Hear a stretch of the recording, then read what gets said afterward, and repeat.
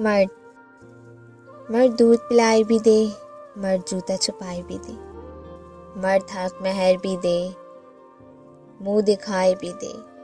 مرد جیب خرچ بھی دے، نان نفقہ بھی دے، مرد آپ کے زیور کی زکوٰۃ بھی دے، مرد آپ کے بہن بھائیوں کے بچوں کو عیدی بھی دے، مرد آپ کے پورے میکے کا خیال